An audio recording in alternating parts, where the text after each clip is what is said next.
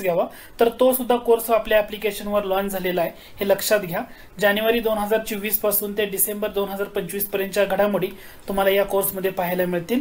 त्याची फी फक्त 149 रुपये, 1.5 वर्ष कालावधी आहे। या ठिकाणी प्रत्येक लेक्चर किती वेळा पाहता येईल, टॉपिक नुसार आपण त्या ठिकाणी चालू घडामोडी कव्हर करतोय प्रश्नोत्तराच्या स्वरूपात। याच्या पीडीएफ सुद्धा तुम्हाला डाउनलोड करता येतील आणि रिव्हिजनसाठी तुम्हाला या कोर्सचा, सगळ्या कोर्सचा जास्तीत जास्त फायदा होईल। ठीक आहे, तर तुम्ही जॉईन करा तुमच्या मित्र। मराठा मिलिटरी लँडस्केप या शीर्षकाखाली जागतिक वारसा स्थळांच्या यादीत समाविष्ट झालेला कोणता किल्ला महाराष्ट्र बाहेरील आहे? महाराष्ट्र बाहेरचा तो किल्ला आहे।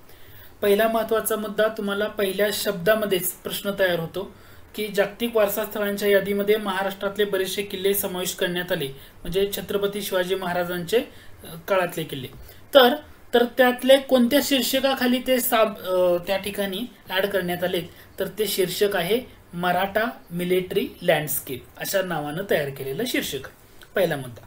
ठीक आहे, तर एकूण किती किल्ले आहेत? तर 12 किल्ल्यांचा 11 जुलै 2025 ला युनिसेफनं काय केलं होतं, युनेस्कोनं जागतिक वारसा यादीमध्ये समाविष्ट केला होता। तर महाराष्ट्रातला कोणत्या किल्ल्याचा समावेश नाही? तर त्यामध्ये महाराष्ट्रातला जिंजी नाही। म्हणजे एकूण किल्ले होते 12, त्या 12 पैकी महाराष्ट्रामधला कोणता किल्ला त्यामध्ये येत नाही? जिंजी येत नाही। कारण जिंजी हा किल्ला कुठे येतो? तर जिंजी हा किल्ला तमिळनाडू राज्यामध्ये येतो। कोणत्या राज्यामध्ये येतो? तमिळनाडू राज्यामध्ये येतो। जिंजी हा जो किल्ला आहे याला पूर्वेकडचा ट्रॉय ऑफ द ईस्ट, म्हणजे पूर्वेकडील ट्रॉय असंही म्हटलं जातं।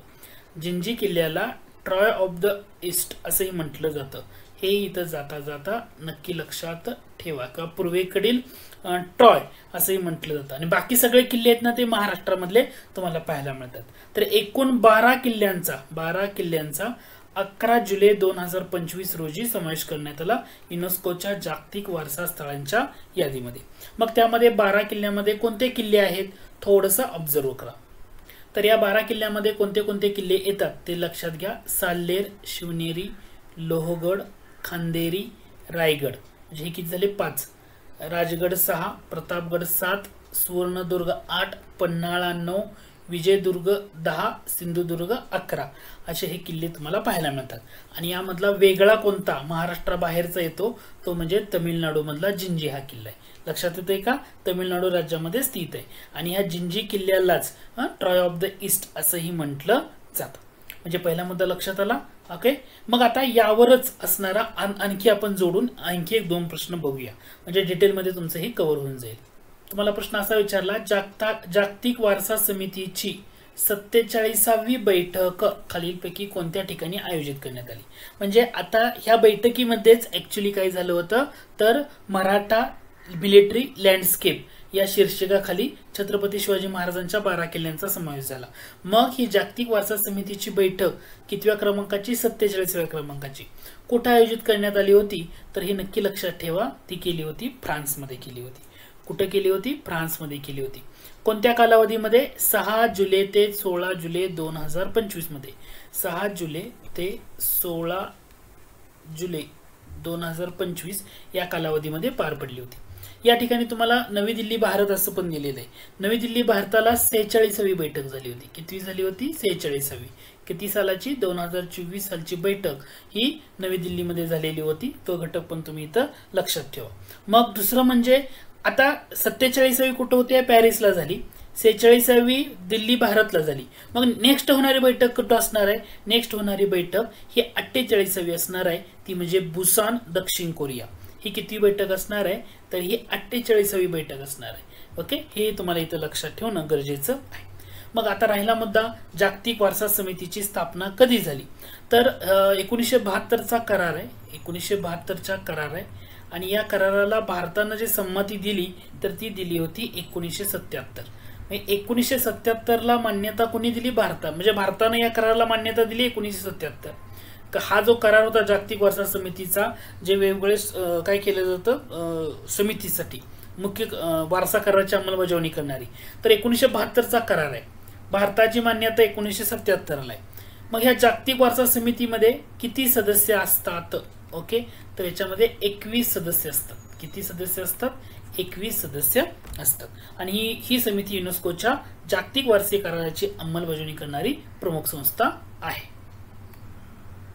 म्हणजे जागतिक वारसा समितीची 47वी बैठक पॅरिस फ्रान्सला झाली 6 जुलै ते 16 जुलै दरम्यान. नवी दिल्लीमध्ये 46वी बैठक पार पडली होती. 48वी बैठक बुसान दक्षिण कोरियामध्ये होणार आहे. 21 सदस्य असतात. 72चा करार आहे. 77ला मान्यता दिली आहे आणि एवढं तुम्हाला इथं लक्षात ठेवणं गरजेचं आहे. डाउनलोड करण्यासाठी MPSC tricks bye Ajay Kumar असं सर्च करा गुगल प्ले स्टोअर वरनं आणि हे तुम्ही ऍप्लिकेशन डाउनलोड करू शकता. ठीक आहे. त्याच्यानंतर या कोर्समध्ये तुम्हाला काय काय घटक असणार आहे तर या कोर्समध्ये तुम्हाला एकूण 6 विषय आहेत. आधुनिक भारताचा इतिहास विशेषतः महाराष्ट्राच्या संदर्भात संपूर्ण चालू घडामोडी, भारतीय राज्यघटना, अर्थव्यवस्था, भूगोल आणि सामान्य विज्ञानाचा कोर्स. याच्यामध्ये आधुनिक भारताचा इतिहास जो कोर्स आहे याच्यामध्ये 900+ प्रश्न आहेत. तुम्हाला प्रत्येक प्रश्नाचे एक्सप्लेनेशन टॉपिक वाईज दिलेलं आहे आणि या ठिकाणी तुम्हाला आणखी 300 पेक्षा जास्त प्रश्न रिव्हिजनसाठी ते घेतलेले आहेत. त्याचा तुम्हाला जास्त फायदा होईल. चालू घडामोडीमध्ये आपण जानेवारी 2024 पासून ते डिसेंबर 2025 पर्यंत म्हणजे 2 वर्षाच्या घडामोडी जेवढ्या होतील तेवढ्या आपण यामध्ये कव्हर करतोय. प्रश्नोत्तराच्या स्वरूपामध्ये असतात. त्याच्या PDF तुम्हाला त्या ठिकाणी अवेलेबल होतील. भारतीय राज्यघटना या कोर्समध्ये 550 पेक्षा जास्त प्रश्न आहेत प्रत्येक टॉपिक वाईज आणि तुम्हाला त्याचं एक्सप्लेनेशन आहे. पूर्व परीक्षेसाठी तुम्हाला जास्त इम्पॉर्टंट राहील. भारतीय अर्थव्यवस्था कोर्समध्ये सिलेबस ओरिएंटेड सगळा घटक कव्हर केलाय. यामध्ये ॲडिशनल आपण ऍड केलेला आहे महाराष्ट्राचा आर्थिक पाहणी अहवाल आणि महाराष्ट्राचा अर्थसंकल्प लेटेस्ट झालेला. त्याच्यावर 200 पेक्षा जास्त प्रश्न आपण तयार केलेले आहेत आणि त्याचं एक्सप्लेनेशन तुम्हाला तिथं पाहायला मिळेल. PDF तुम्हाला पाहायला मिळेल. महाराष्ट्र भूगोल कोर्स तर ऑलरेडी आहेच पण सामान्य विज्ञान कोर्समध्ये बायोलॉजी घटक हा डिटेलमध्ये कव्हर झालाय. फिजिक्स आणि केमिस्ट्री मधले तुम्हाला तिथं टेस्ट सिरीज आणि इतर घटक सुद्धा आपण तिथं अवेलेबल करून दिलाय. तर एवढ्या सगळ्या विषयाची तयारी तुम्हाला फक्त 399 रुपये होणार आहे. यासाठी तुम्हाला आपलं अँड्रॉइड ॲप डाउनलोड करावं लागेल. डिस्क्रिप्शन बॉक्समध्ये लिंक देतोय त्या लिंकला क्लिक करून तुम्ही ते लेक्चर बघू शकता. पण याचा कालावधी किती असणार आहे 6 महिने एवढा कालावधी असणार आहे आणि यामधलं प्रत्येक लेक्चर तुम्ही किती वेळा पाहू शकता. तर या पुढचा प्रश्न आहे संयुक्त राष्ट्र मानवी वसाहती कार्यक्रमाच्या म्हणजेच UN हॅबिटेटच्या महासभेसाठी 2025 ते 2029 या कार्यकाळासाठी कोणत्या 2 देशांची सहअध्यक्ष म्हणून निवड झाली. आता ह्यातले कोणते 2 देश आहेत की ज्यांची सहअध्यक्ष म्हणून निवड झाली तर ते तुम्हाला लक्षात ठेवायचं आहे. तर याचं करेक्ट आन्सर येतं तर ते म्हणजे मलेशिया आणि संयुक्त अरब अमिराती यांची निवड झाली. कोणाची? मलेशिया आणि संयुक्त अरब अमिरातीची निवड झाली. न्यूज कधीची आहे 31 मे 2025 रोजी. 31 मे 2025 रोजी UN हॅबिटेटची जी बैठक पार पडली होती केनियामध्ये. कुठं पार पडली होती? केनियामध्ये. केनियामध्ये पण पर्टिक्युलरली जर मेन्शन करायचं झालं तर केनियातलं नैरोबी या ठिकाणी ना ही परिषद पार पडली होती आणि या परिषदेमध्ये जे सदस्य देश होते ना सर्वच्या सर्व 193 सदस्य देशांनी एकमताने निवड झाली. लक्षात घ्या 193 देशांनी एकमताने मलेशिया आणि संयुक्त अरब अमिराताची निवड झालेली आहे. म्हणजे 2 वर्षाचं 25 ते 29 या काळासाठी सहअध्यक्ष म्हणून. ठीक आहे. पुढचा प्रश्न बघा. चीननं सुरू केलेल्या आंतरराष्ट्रीय मध्यस्थी संघटनेचं मुख्यालय कोठे आहे?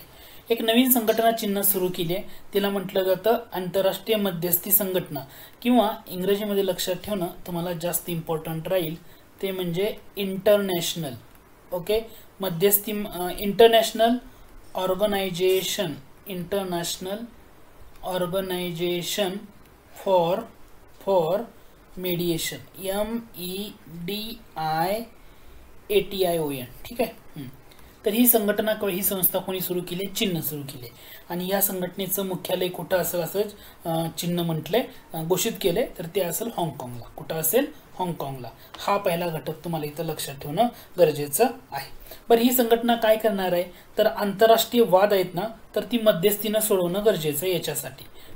आंतरराष्ट्रीय वाद मध्यस्थीनं सोडवायचे म्हणून तर नाव त्याला आंतरराष्ट्रीय मध्यस्थी संघटना असं दिलेलं आहे. मग आता कसं होतंय मग आंतरराष्ट्रीय वाद जर सोडवायचे असेल तर आंतरराष्ट्रीय न्यायालय आहे ना ICJ international court of justice म्हणतो आपण ते.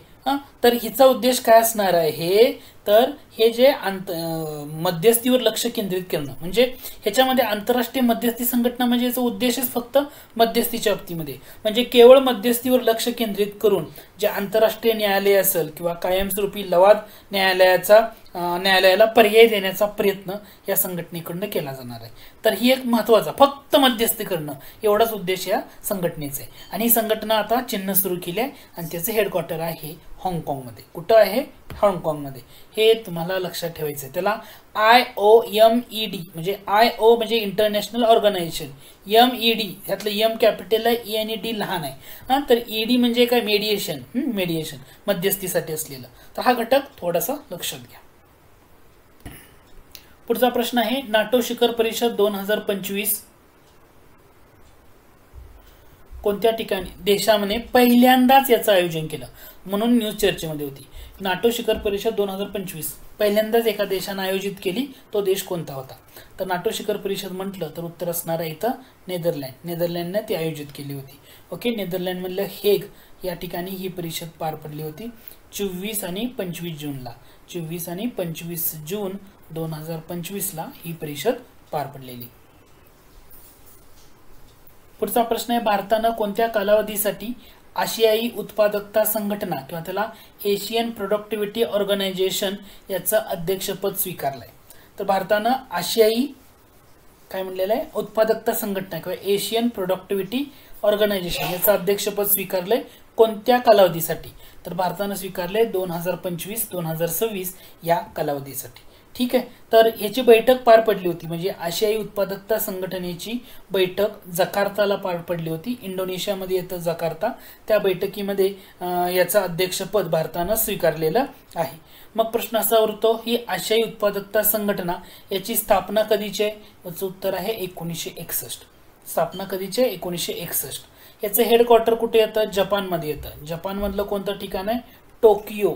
जपानमधल्या टोकियो या ठिकाणी या संघटनेचं हेडक्वार्टर आहे, हे लक्षात घ्या. ठीक आहे, पण बैठक आता जी जकार्तामध्ये बैठक पार पडली तर ही त्याची 67वी बैठक होती. कितवी होती? 67वी. हे तुम्हाला इथं लक्षात ठेवणं गरजेचं आहे. तर आशियाई उत्पादकता संघटना किंवा एशियन प्रोडक्टिव्हिटी ऑर्गनायझेशनचं अध्यक्षपद भारताकडे आहे 2025-26 या कालावधीसाठी. पुढचा प्रश्न बघा, ओटान FOTAN म्हणजे काय? Victims of terrorism advocacy network. हा उपक्रम कोणत्या आंतरराष्ट्रीय संघटनेनं सुरू केलेला आहे? तुम्हाला आता पर्याय तुम्हाला हे देताना प्रश्नामध्ये ना ऑप्शनमध्ये तुम्हाला ना ब्रॅकेट करून घटक दिलाय. तो जो न देता नुसता FOTAN हा उपक्रम कोणत्या आंतरराष्ट्रीय संस्थेनं सुरू केलाय तर तुम्हाला त्याचं उत्तर देता आलं नसतं. पण इथं तुम्हाला टेररिझम शब्द वगैरे दिसला त्याच्यामुळे तुम्ही उत्तर देणार आहे संयुक्त राष्ट्राचं दहशतवाद विरोधी कार्यालय ना यांनी सुरू केलंय. तर हा घटक थोडासा लक्षात घ्या बरं का. एक महत्वाचा उपक्रम सुरू करण्यात आलेला आहे, त्याला नाव आहे FOTAN. FO म्हणजे काय? Victims of.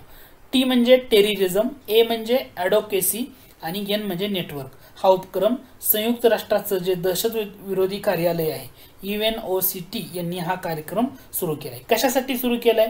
तर जे जगभरामध्ये दहशतवाद आहे ह्या दहशतवादामध्ये जे बळी पडत आहेत यांना मदत करणं आणि त्यांच्या हक्कांचं संरक्षण करणं. दहशतवादाला बळी पडणाऱ्यांना मदत करणं, त्यांच्या हक्काचं संरक्षण करणं याच्यासाठी हा उपक्रम सुरू झालाय. बरं, हा उपक्रम सुरू होण्यामागं महत्वाचं रिझन येतं भारतामध्ये झालेला दहशतवादी हल्ला, पहलगाम अटॅक आणि इतर मुद्दे ते पण आहे आणि जगभरामध्ये पण अशा घटना घडत आहेत, त्याच्यामुळं हा उपक्रम सुरू केला गेला आहे. तर group of friends of victims and terrorism असं त्याला म्हटलं जातं. तर हे तुम्हाला इथे लक्षात ठेवा, महत्वाचा घटक आहे. ठीक आहे, तर हा घटक थोडासा लक्षात ठेवा. हा जो ओटान उपक्रम आहे आता सुरू केलेला, तर हा group of friends of victims and terrorism, तर याचा जो प्रयत्न केले जात होते ना त्याचा परिणाम आहे असं म्हटलं जातं. म्हणजे हा जो ग्रुप होता, म्हणजे कोणता ग्रुप बघा या ठिकाणी, group of friends of victim and terrorism या ग्रुपची स्थापना 6 वर्षापूर्वी झाली आहे. कुणी? स्पेन आणि इराक यांच्या संयुक्त अध्यक्षतेखाली. आणि त्याचा परिणाम म्हणजे हा आता नवीन उपक्रम सुरू केलाय त्याला म्हटलं जातं ओटान. ओटान. तर हे लक्षात ठेवा बरं का, महत्वाचा घटक आहे. ठीक आहे, पुढचा प्रश्न आहे भारत आणि डेन्मार्क यांच्यात नव्यानं झालेल्या सामंजस्य कराराचा मुख्य उद्देश काय? आता भारत आणि डेन्मार्कमध्ये सध्या फोकस एकाच गोष्टीला करण्यात आलाय आणि तो म्हणजे ऊर्जा सहकार्य बळकट करणं. काय करणं? ऊर्जा सहकार्य. म्हणजे 2070 पर्यंत भारताचं जे टार्गेट होतं ना, 2070 पर्यंत निव्वळ शून्य उत्सर्जन साध्य करायचं आहे आपल्याला. ओके, निव्वळ शून्य उत्सर्जन साध्य करायचं टार्गेट होतं. तर ते अचीव करण्यासाठी हा प्रकल्प उपक्रम मदत करेल. डेन्मार्क सोबत भारतानं करार केलेला आहे. कोणता? ऊर्जा सहकार्य बळकट करण्यासाठी. पुढचा प्रश्न आहे, हा IMP प्रश्न आहे, परीक्षेला विचारण्याचे चान्सेस जास्त आहेत. जगातल्या सगळ्यात मोठ्या विजेवर चालणाऱ्या जहाजाचं नाव काय आणि हे जहाज कोणत्या कंपनीनं बांधलं आहे हे तुम्हाला या ठिकाणी विचारलं आहे. तर याचं करेक्ट आन्सर येतं पर्याय क्रमांक बी. ओके, पर्याय क्रमांक बी.